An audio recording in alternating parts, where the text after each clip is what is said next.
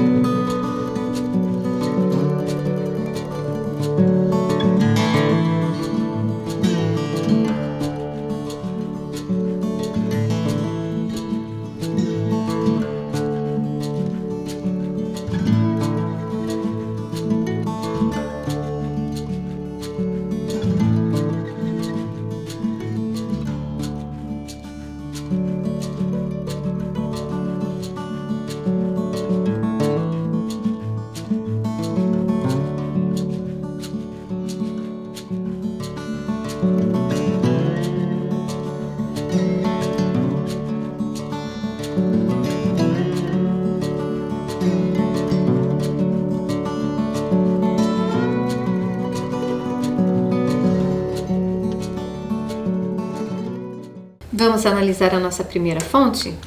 Então eu quero que vocês anotem o nome da pintura, da tela de Debré, e a etnia das pessoas que estão retratadas nessa imagem. Um tempinho para você analisar.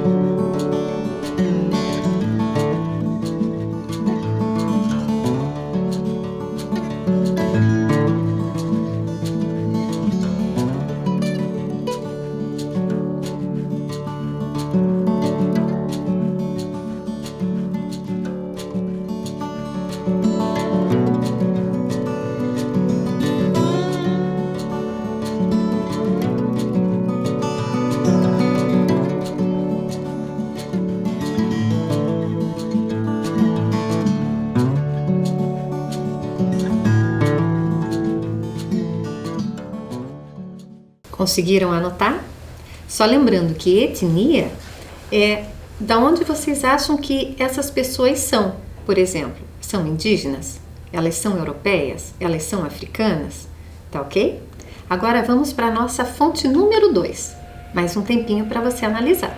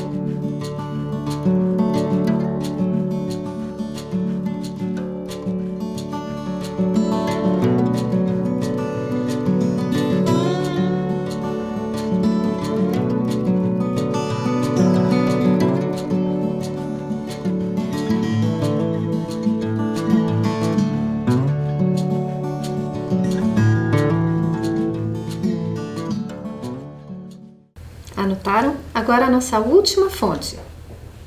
Mais um tempinho para você analisar.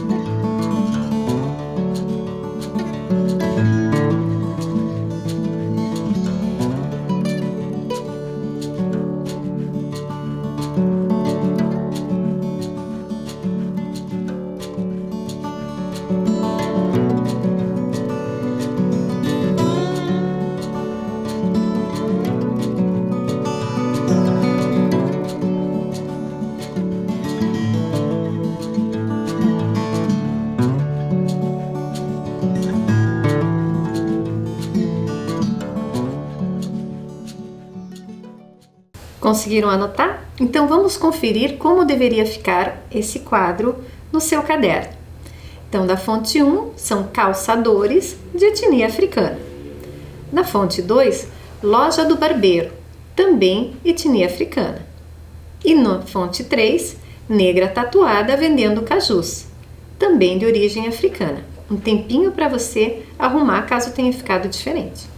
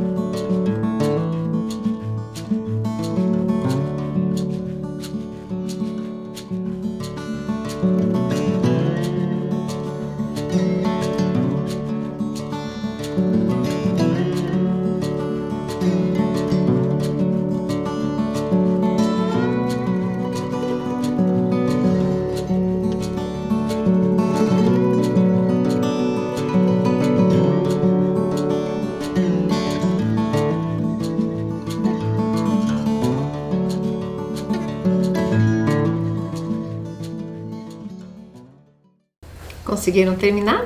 Então vamos adiante. Na sua opinião, o que eles estão fazendo? A primeira imagem, estão fazendo calçadas. Na segunda, trabalhando como barbeiro. E na terceira, vendendo frutas para os seus senhores. Essa é uma das formas que também era utilizado as pessoas escravizadas para os trabalhos mais pesados que tinham na sociedade, os trabalhos que exigissem muita força física. Também haviam os escravizados de ganho, como é o caso do barbeiro e da moça que vendia os cajus, que foi representada pelo artista Debré. Só lembrando que o artista Debré, ele foi solicitado por Dom João VI para fazer essas imagens da cotidianidade aqui do Brasil. Então, era um artista que foi encomendado que ele viesse da França e fizesse essas pinturas sobre a sociedade brasileira. Agora vamos analisar um outro quadro. Vamos começar a ver a ocupação do território brasileiro através dessa imagem. Eu vou dar um tempinho para você observar quem aparece nessa imagem, que animais aparecem nessa imagem, a cor da pele de quem está nessa imagem, o que eles estão fazendo. O que eles estão manuseando ali? Então, um tempinho para você observar.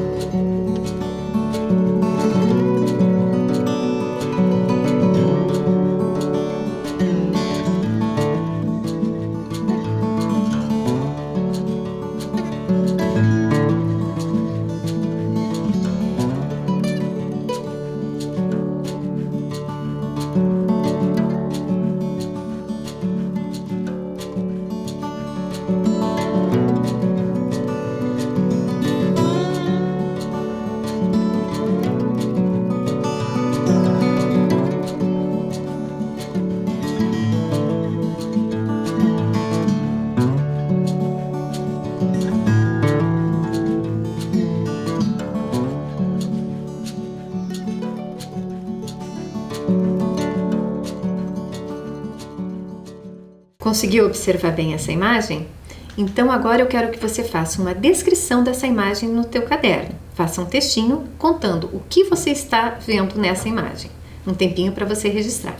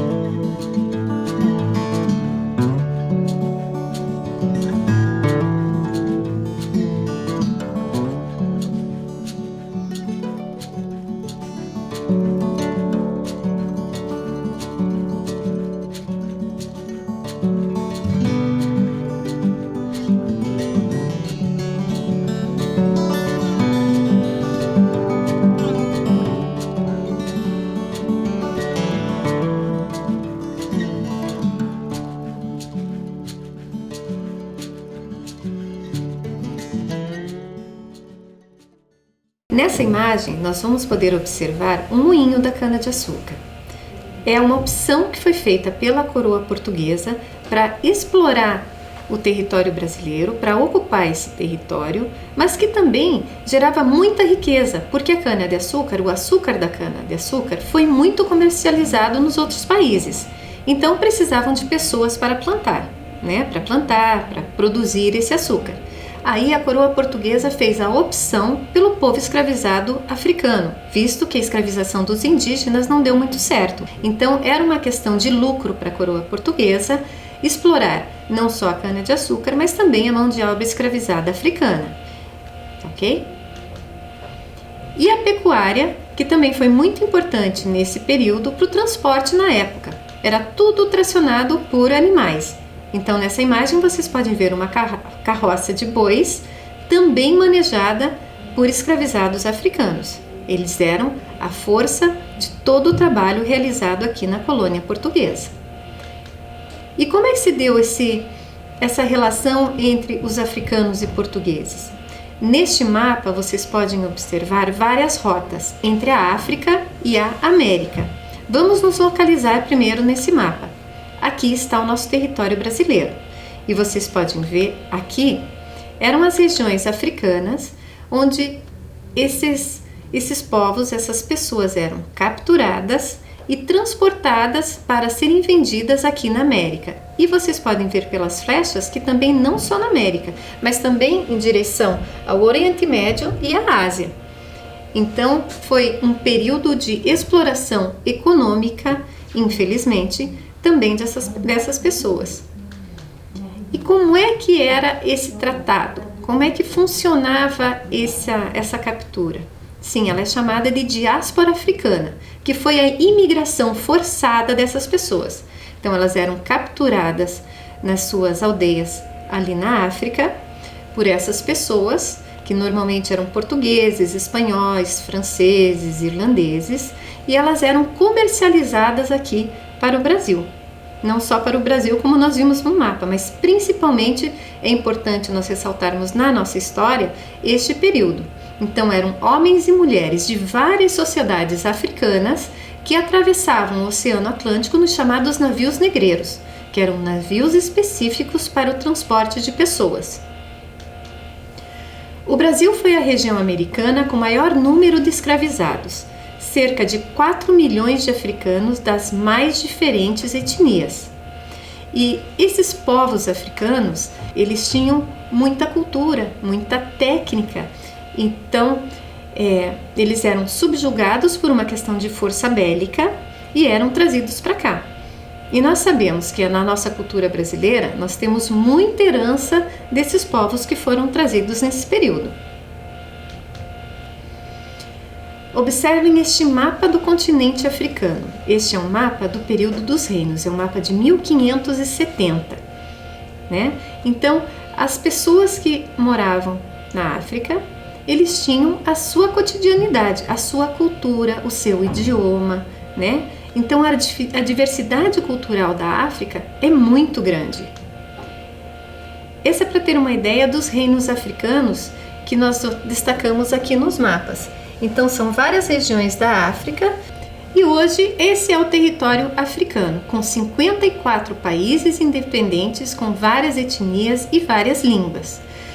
É importante a gente ressaltar que esses reinos eles eram ricos e poderosos também. Uma curiosidade é que, além de toda a diversidade cultural que tinha entre os povos africanos, é que como essa região do norte da África ela era muito utilizada para o comércio, então vários povos passavam por ali atrás de materiais para comprar ou para revender nos seus países, é que a África durante séculos teve a maior biblioteca conhecida do mundo. Então, para se achar os pergaminhos ou livros ou registros de mapas, se recorria ao território africano. Bem bacana, não é mesmo? Então, vamos conhecer um pouquinho das técnicas que nós aprendemos e herdamos do povo africano. Por exemplo, os bronzes de Benin. Olha essa imagem. Observe os detalhes dessa imagem. É feito de bronze. Bronze é um metal. Muito bacana, não é mesmo? Então, muitos dos povos africanos, eles eram agricultores, mas também eles eram mineradores. Então, eles tinham muita técnica e com isso desenvolviam muitas ferramentas para trabalhar na agricultura. Então, esses objetos de arte, por exemplo, esse bronze, essa estátua, ela precisa de muita técnica para ser executada. Vejam os detalhes dessa imagem. Não é tão fácil de se fazer, não é mesmo?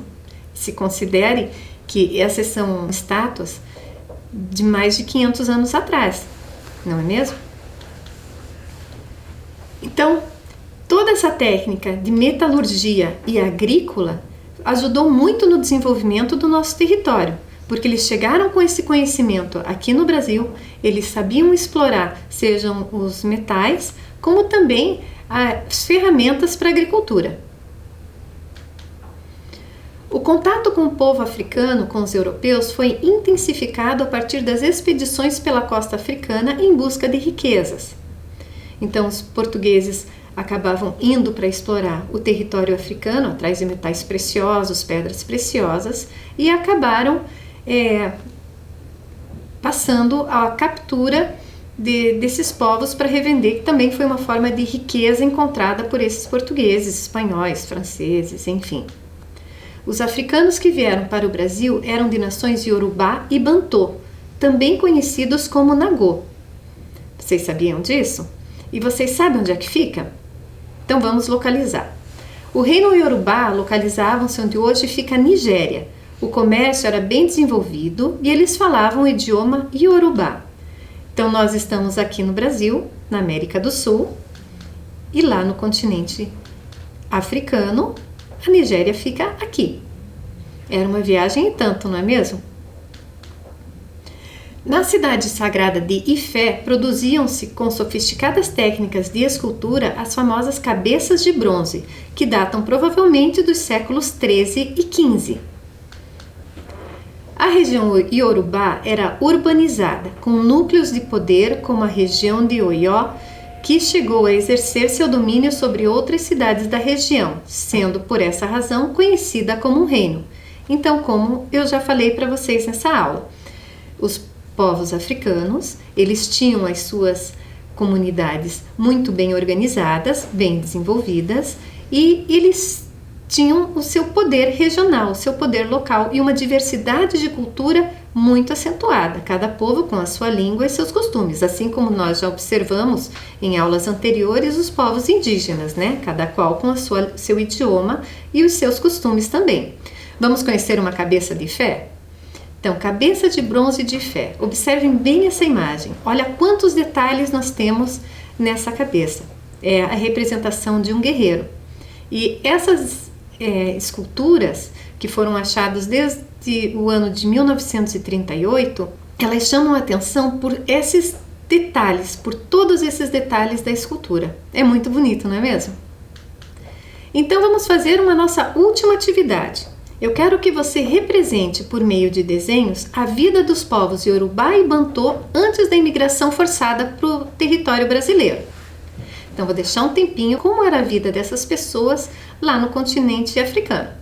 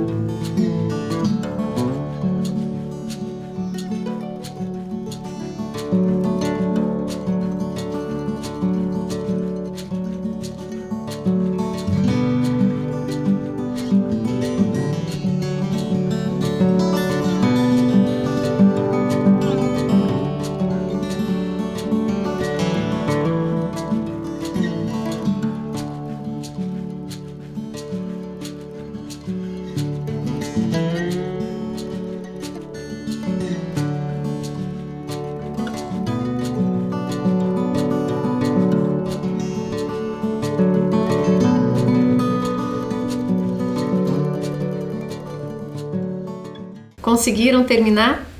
Muito bem. Tô curiosa para ver o que você fez no seu caderno. Então, tira uma foto, escreve seu nome bonitinho, manda para sua professora, para ela mandar para mim, tá ok? Então, retomando só uma questão, que o idioma iorubá ainda é ensinado aqui no Brasil, principalmente para as pessoas que frequentam as religiões de origem africana. Então, é um idioma que ainda é falado aqui no Brasil, que é mantida essa tradição. Gostaram de saber disso? Então, tá ok, a nossa aula fica por aqui. Um beijo no coração e até a semana que vem.